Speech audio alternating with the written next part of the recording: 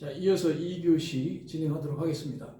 지난 시간에 했던 필수는 1번 첫 번째부터 다섯 번째까지를 간단하게 한번 요약을 한번 해보도록 하겠습니다. 자, 한자의 필수는 첫 번째는 위에서 아래로 쓴다. 위에서 아래로 쓴다. 두 번째는 왼쪽에서 오른쪽으로 쓴다. 위아래 좌우, 위아래 왼쪽 오른쪽. 자, 세 번째는 가로와 세로가 있을 경우에는 가로를 먼저 쓰고 그 다음에 세로를 쓴다.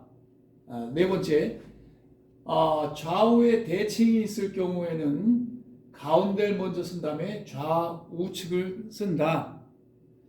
다섯 번째, 상하를 꿰뚫는 획은 마지막에 쓴다.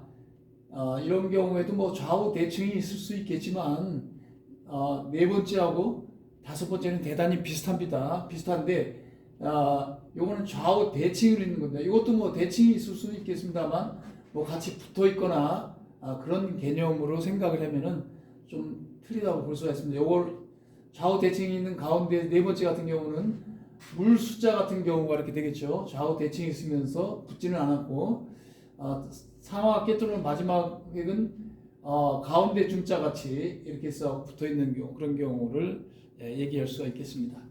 자, 그럼 이번에는 필순 6번째부터 10번째까지 한번 알아보도록 하겠습니다. 자, 여섯 번째는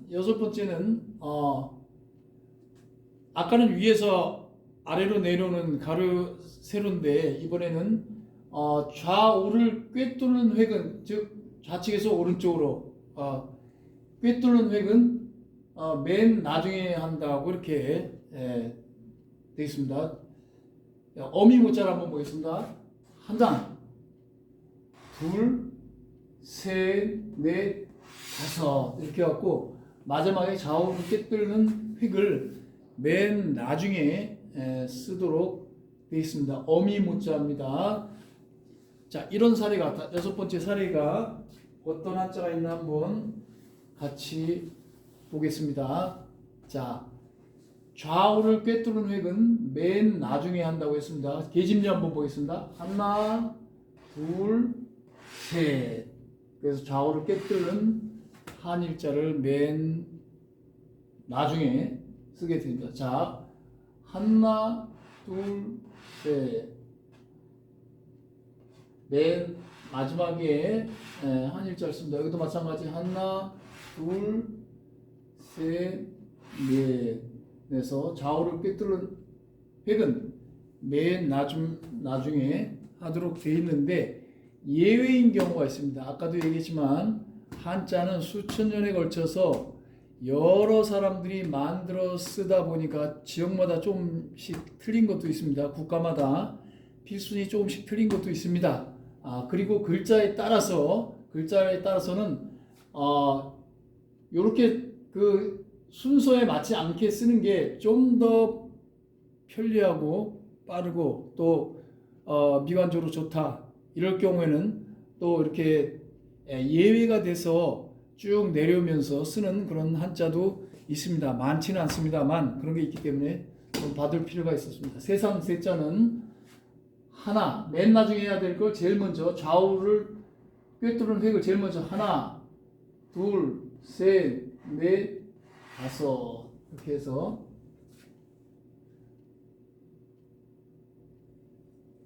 맨 마지막에 꿰뚫는 획을 제일 처음에 하는 그런 예외도 있습니다.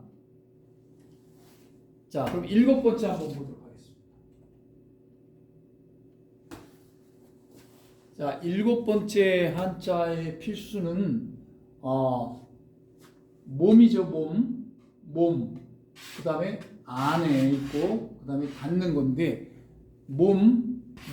겉에 틀을 이루는 그런 몸체를 먼저 쓴 다음에 그 몸체 안에 있는 글자를 쓰고 그 다음에 마지막에 닿는 글자를 쓴다. 그렇게 써야만이 쭉 많은 한자를 쓰는 가운데 그 몸을 먼저 쓴 다음에 그 다음에 안에 있는 걸 써야지 몸으로 그 전체적인 한자, 한문 여러 글자 있는 중에서 균형을 잡을 수가 있습니다. 균형을 이 정도 크기로 한다. 그리고 그 다음에다가 그 다른 글자하고도 균형을 맞춘 가운데에서 맞춘 상태에서 안에다가 몸을 쓰고 그 다음에 마지막 닫게 되면은 한문 여러 글자와도 균형을 잘 이루고 또 아름답게 쓸 수가 있겠죠. 그래서 안을 다 쓰고 마지막을 닫는 거다. 몸, 그 다음에 1, 2, 3, 4, 5 이렇게 해서 넉사자 같은 경우 이렇게 사용을 합니다. 자, 이와 같이 몸, 그 다음에 안에 있는 내용을 쓰고 닫는 그런 글자는 어떤 글자가 있나 한번 한자가 있나 같이 한번 보도록 하겠습니다. 자, 돌아올 회자 한번 보겠습니다. 입구자가 두 개가 있죠. 이거는 성을 이렇게 형상화한 거예요. 성에서 이렇게 돌아서 이렇게 한 바퀴 돌면 다시 원위치로 올 수 있는 그게 길을 벽을 이렇게 얘기한 거죠. 그런 형상된 글자입니다.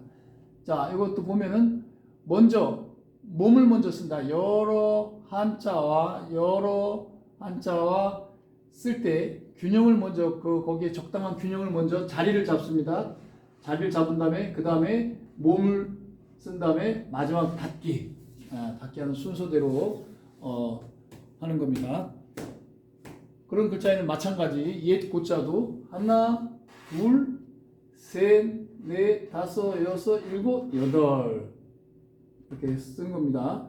이 안에서도 좌우 위아래 십자로 이렇게 쓴 다음에 가로 세로 쓴 다음에 수직으로 내리고 옛 고자도 위아래로 또 이렇게 순서대로입니다. 넉사자는 조금 아까 했죠. 이번에는 나라국자 하나, 둘, 이게 이 네모 형태를 갖고 있는 게 국가의 형태입니다. 국가의 형태 하나, 그리고 그 안에 이건 입구는 사람을 뜻하는 겁니다. 사람을 물론 우리가 말하는 입을 뜻하기도 하고 입으로 뭐 합니까? 먹거나 말을 하는데 그래서 이 입구자는 사람을 뜻하기도 합니다. 여기는 성을 뜻합니다. 성 안에 사람과 입구. 요거는 무기를 뜻하는 겁니다. 무기. 사람 인구가 무기를 갖고 성 안에서 살고 있는 걸 나라라 이런 식으로 해서 나라국자입니다. 이것도 하나, 둘, 몸을 만든 다음에 안에 하나, 둘, 셋, 넷, 다섯, 여섯, 점은 맨 마지막. 그 다음에 닫기. 이렇게 하는 게 나라국자입니다. 하나, 둘, 셋, 넷, 다섯. 그래서 몸을 만든 다음에 사람 인자 쓰고 닫습니다. 이거는 이제 갇힌다는 그런 의미죠. 사람이 이 네모난 안에 들어갔으니까 갇힌다는 그런 의미입니다. 자, 근데 여기 예외가 있습니다. 구는 하나, 둘, 셋, 넷, 다섯, 여섯, 일곱, 여덟, 아홉, 열. 그래서 입구자를 먼저 한 다음에 이렇게 닫는 식으로 했기 때문에 구자는 좀 예외가 되는 그런 글자가 한자가 되겠습니다. 자, 여덟 번째 한번 보겠습니다. 자, 여덟 번째는 삐침과 파임인데 이걸 삐친다고 합니다. 삐침. 오른쪽에서 왼쪽 아래로 내려가는 걸 삐침. 왼쪽 위에서 오른쪽 아래로 내려가는 것을 파임이라고 합니다. 이 삐침이라는 거는 요 뜻 자체가 뭘 덜어낸다, 뺀다 그런 의미가 있습니다. 그래서 우리가 이제 여러분들 잘하는 걸 한번 보면은 보입니까? 이게 소자죠. 소자 보입니까? 소자 작을 소자입니다. 작을 소 작다는 뜻이에요. 작다는 거. 그러면 또 비슷한 게 같은 소자인데 이렇게 되어 있는 게 있는데 자, 이거는 무슨 자냐? 적을 소자입니다. 적을 소. 근데 보면은 작은 건데 작을 소자인데 작을 소에서 삐치니까 작은 데서 덜어낸 거예요. 덜어내니까 적다는 겁니다. 적다. 그래서 우리가 소위, 중위, 대위 할 때는 이런 적을 소자를 씁니다. 작을 소자가 아닙니다. 작은 소위, 중위, 대위, 소령, 중령, 대령 할 때 소가 이런 작을 소가 아니라 적다, 덜어냈기 때문에 적다는 겁니다. 그래서 이 삐침 자체가 덜어낸다는 그런 의미가 있다는 것은 우리가 참고로 알면 되겠습니다. 자, 8번째 어떤 한자가 있나 한번 보도록 하겠습니다. 사람인자. 자, 삐침 먼저 하고 파임 먼저 합니다. 삐침 먼저 파임. 큰 대자, 날일자 먼저 쓴 다음에 삐침 파임. 자, 사기 교자도 하나, 둘, 셋, 넷. 부자가 하나, 삐침 파임 하는 겁니다. 그 다음에 그럴 문자도 삐침 파임. 그래서 삐침 파임. 위에 오른쪽에서 왼쪽으로 내려가는 거 먼저 쓰는 겁니다. 형태는 이와 같이 조금씩 틀리다 하더라도 왼쪽부터 오른쪽에서 왼쪽으로, 왼쪽에서 오른쪽. 이것도 형태는 좀 틀리지만 오른쪽에서 왼쪽으로, 왼쪽에서 오른쪽 아래로 이런 순서대로 삐침 파임 순서대로 쓰는 게 8번째 필순이 되겠습니다. 자, 이번엔 9번째 필순을 한번 같이 보도록 하겠습니다. 9번째는 오른쪽 위의 점은 맨 나중에 찍는다. 맨 마지막에 찍는다. 이것도 한자의 원리를 생각한다면은 만약에 점이 있는데 점 하나를 찍어 놓고 그 다음에 다른 글자를 거기다 맞춘다 그러면은 전체적인 이 한자 하나의 균형을 맞추기도 어려울 뿐만 아니라 여러 한자를 쓰면은 점을 하나 잘못 찍으면 거기에 맞춰갖고 다른 글자를 쓴다면은 균형이나 다른 거하고 조화를, 다른 한자하고 조화를 맞추기가 대단히 어렵다. 그래서 중심을 잡을 수 있는 그런 한자 필순을 먼저 한 다음에 이거 점 찍는 거는 위치를 정하는데 그렇게 중요하지 않기 때문에 나중에 찍어도 된다. 그래서 점 찍는 거 정도는 그렇게 중요한 게 아니기 때문에 맨 나중에 찍는다. 그렇게 우리가 알고 있으면 되겠습니다. 그래서 마디촌을 보게 되면은 하나, 우리가 했던 것 같이 가로 십자가 할 때는 가로 먼저 하고 그 다음에 세로를 쓴다 그랬죠. 마디촌 하나, 둘 이렇게 해서 글자 써야 될 때 중심을 다 잡고 다른 글자와 조화를 맞춘 다음에 점은 뭐 여기다 찍든 뭐 이거에 맞춰서 찍으면 되기 때문에 그렇게 중요하지 않다. 그래서 점은 맨 나중에 쓰면 됩니다. 마디촌 이렇게 했습니다. 그래서 9번째와 같이 오른쪽 점을 이거는 오른쪽 위에 점은 아닙니다만 점을 맨 나중에 찍는 한자는 어떤 한자가 있나 한번 같이 보도록 하겠습니다.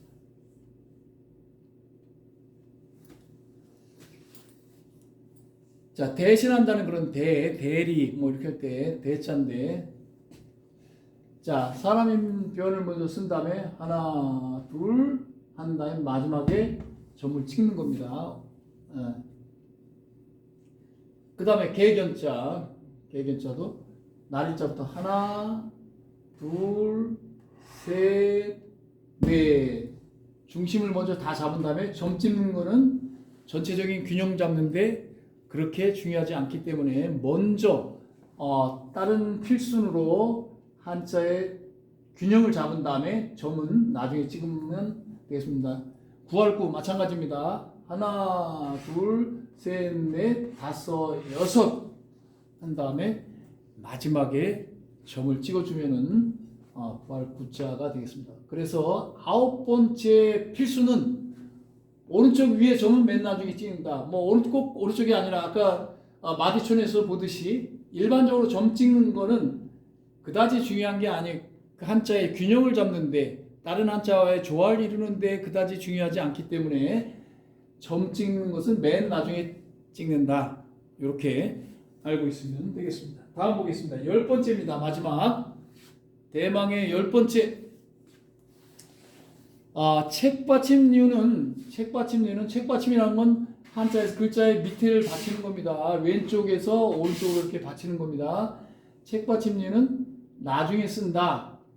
책받침엔 주로 길게 걸을 인, 쉬엄쉬엄 갈 착 있는데 이런 받침은 맨 나중에, 이 두 가지 받침은 맨 나중에 씁니다. 자, 길도를 한번 보겠습니다. 길도. 이쪽 먼저 쓴다고 그랬죠. 이 책받침보다. 자, 하나, 둘, 셋, 넷, 다섯, 여섯, 일곱, 여덟, 아홉, 열, 열하나, 열둘, 열세. 뭐 이렇게 복잡하지만 위에서 아래에서 아래, 좌에서 우로 뭐 이런 순서가 다 안에 들어있는 거죠. 그렇게 해서 10번째 책받침리는 나중에 쓴다. 그러나 물론 책받침이라 다는 아니고 예외도 있습니다. 예외 있는 건 요 다음 장에서 한번 보도록 하겠습니다.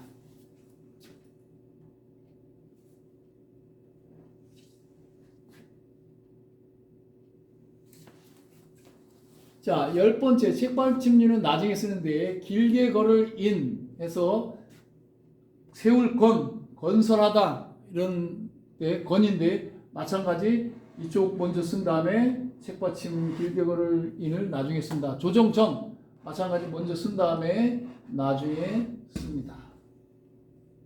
쉬엄쉬엄 걸어갈 차 길도자 아까 했습니다. 달아날 도자 마찬가지 먼저 쓴 다음에 나중에 씁니다. 가까울 근 먼저 쓴 다음에 나중에 책받침을 씁니다. 운전할 운 마찬가지 먼저 쓴 다음에 나중에 책받침을 씁니다. 그런데 같은 이제 밑에 받침 책받침인데 먼저 쓰는 경우가 있습니다. 먼저 쓰는 경우는 어떻게 쓰나? 일어날 기자가 이렇게 있죠. 일어날 기자가 있는데 달아날 주가 있는데 요런 경우에 달아날 주자, 시자 이런 경우에 이제 쓰는데요. 이런 경우는 어떤 이렇게 나중에 쓰지 않고 먼저 쓰는데 먼저 씁니다. 먼저 쓰는데 이 책받침 이 두 책받침 두 개하고 이 책받침 두 한자하고 틀린 점이 뭐가 있을까요? 두 책받침이 여러분 딱 보면 알겠지만 길게 걸을 인과 시험시험 착 두 가지는 이것 자체로 한자가 형성이 되지 않습니다. 이것 자체만으로 한자가 형성되지 않고 또 간단하죠. 그러나 이렇게 나중에 먼저 쓰는 경우는 요것 자체가 달아날 쪽 그걸 시해가지고 자체가 한자가 되고 좀 더 복잡하죠. 그래서 이렇게 자체로도 한자가 형성이 되고 좀 더 이렇게 복잡한 그런 경우에는 먼저 쓴다. 그런 차이점을 우리가 알고 있으면 되겠습니다. 자, 그러면은 10번째까지 우리가 해봤는데 이번에는 6번부터 7번째까지를 6번째부터 10번째까지를 간단히 한번 요약해서 한번 정리해 보도록 하겠습니다. 자, 6번째는 좌우를 꿰뚫는 획은 맨 나중에 한다. 좌우를 꿰뚫는 획은 맨 나중에 한다. 그러니까 위에서 아래가 아니라 아까는 위에서 아래로 할 때 대칭일 경우에는 먼저 쓰고 또 그냥 관통할 때는 나중에 쓴다고 했는데 위에서 내리는 경우 그렇게 두 가지가 있죠. 6번째는 좌우 위에서 아래가 아니라 왼쪽에서 오른쪽으로 꿰뚫는 획은 맨 나중에 쓴다. 그 다음에 7번째는 몸을 써가지고 주변에 있는 한자와 위치를 고려하고 균형을 잡은 다음에 일단 잡아서 몸을 쓴 다음에 그 다음에 그 안에 있는 내용을 쓰고 그 다음에 닫는다. 8번째 삐침과 파임순을 쓴다. 삐침은 오른쪽 위에서 왼쪽 밑으로 내려간다. 그래서 요거는 덜어낸다, 뺀다 그런 내용이 있다고 했습니다. 그 다음에 파임은 왼쪽 위에서 오른쪽 아래로 가는 것을 말하죠. 그래서 삐침 쓰고 파임을 한다. 삐침, 파임. 그 순서대로 한다. 9번째는 오른쪽에 있는 점 또는 오른쪽이 아니래도 일반적으로는 점은 맨 나중에 찍는다. 이것도 마찬가지. 한글을 쓰는 한자를 쓰는 데서 다른 여러 한자와의 중심을 잡고 균형을 맞추는데 점은 그렇게 중요하지 않다. 그래서 다른 글자로 큰 비중을 많이 차지하는 글자로 다른 글자와의 중심, 균형을 맞추고 그 다음에 조화를 맞춘 다음에 점은 나중에 찍어도 큰 문제가 없기 때문에 점은 맨 나중에 찍는다. 10번째, 책받침류는 나중에 쓴다. 책받침류는 나중에 쓰는데 책받침류 중에서도 그 한자, 그 책받침 자체만으로도 한자가 되고 또 복잡한 글자 획순이 좀 많은 경우에는 먼저 쓴다. 그런 경우 예외도 있다. 이 정도로 여러분들이 알면 되겠습니다. 자, 그래서 획순을 1번부터 첫 번째부터 10번째까지 같이 한번 했는데 이번에는 레포트를 한번 여러분들이 제출하도록 안내를 해주겠습니다.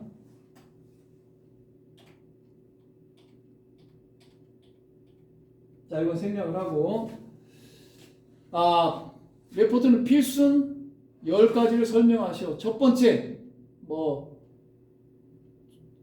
좌에서 우로, 두 번째는 위에서 아래로 이런 식으로 간단하게 그렇게 쓰면 되겠습니다. 복잡하게 쓰고 사례까지 들면 더 좋겠습니다만 그렇게 거기가 안 들어도 틀린 거는 아니니까 그 정도까지 하면 되겠습니다. 그래서 첫 번째서부터 10번째까지 써서 제출처로 kwakjy222@한메일.net을 해서 다음 주 수업 전까지 A4지 한 장으로 이메일로 보내주면 되겠습니다. 자, 그래서 이번 시간에는 여러분들이 한자의 필순에 대해서 알아봤습니다. 한자의 필순은 한자를 아름답게 쓰고 또 빨리 쓰고 좀 더 효율적으로 쓸 수 있는 겁니다. 우리가 정해진 대로 쓰지 않으면은 뭔가 어색해 보이고 보기가 좀 흉합니다. 더 잘 쓸 수 있도록 하기 위해서는 한자를 필순에 맞춰서 여러분들이 써야 됩니다. 그래서 1번부터 첫 번째부터 10번째까지 여러분들이 쓰는 그런 방법을 익혀가지고 그 순서에 맞춰서 쓸 수 있도록 그렇게 하면 되겠습니다. 자, 그럼 오늘 수업은 여기서 모두 마치도록 합니다. 수고하셨습니다.